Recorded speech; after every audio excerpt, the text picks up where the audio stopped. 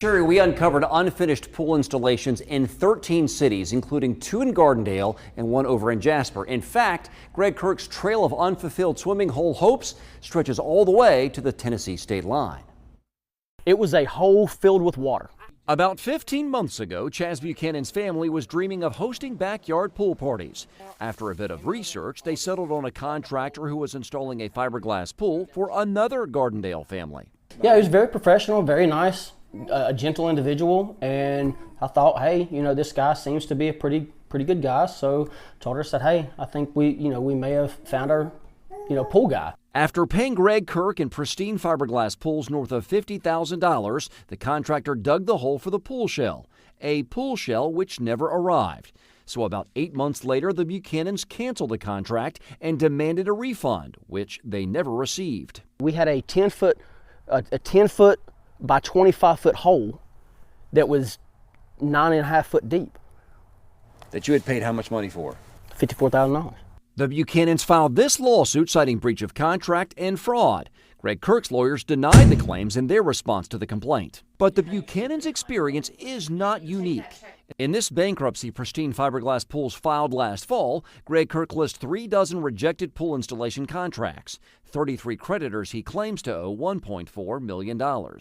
We plotted all of them on this map. Most are in North Alabama, with 9 of them in Madison County, including 3 in the same neighborhood. So our dream was to have like a backyard oasis for our kids. Shayna Averett was one of those 3 and hired Greg Kirk weeks after the Buchanans.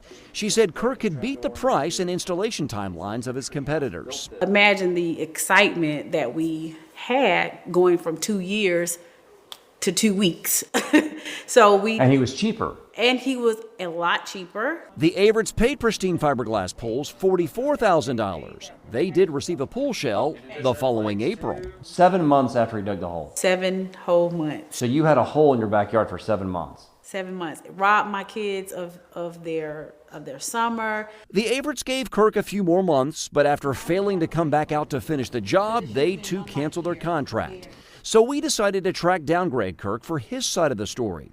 When we showed up at his Muscle Shoals door, he told us through the doorbell camera to call him later. What's the best time to call you? And when we called him, Greg, this is John Papke with WVTM 13. We had to leave a voicemail. He never returned our call. This pool liner has been in the ground since April of last year. And the Averets chose to pay another company $36,000 to finish installing the pool, which they hope to swim in a year after Kirk dug the hole. He's caused a lot of hurt. He's caused a lot of financial burden. In addition to the Buchanan's lawsuit and 2 other customer complaints to which he has not responded, the Alabama Attorney General is prosecuting Greg Kirk on criminal theft and fraud charges linked to 2 failed pool jobs in Madison County. And then you had to pay how much to fill it back in? About $7,500 to fill it back in. Okay. Ultimately, the Buchanans filled in the hole once destined for summer fun because paying someone else to finish the job was too expensive. Are you ever going to be able to put a pool in your backyard now? No, not now. Not now, not with the prices, the way that everything is nowadays. Their plans crushed. They're counting on their experience to help others. Our hope in the end is to at least get what we've paid out from him and for nobody to just ever use him again. And possibly avoid the same backyard dream disappointment. Now, the 5 criminal cases Kirk faces have all been forwarded to the grand jury, and right now those pending civil lawsuits are on hold while his bankruptcy plays out in court. We will bring you updates on all 3 of these fronts when they happen. Plus, if you'd like to see that map showing the trail of Kirk's canceled jobs, you can find it right now on our website.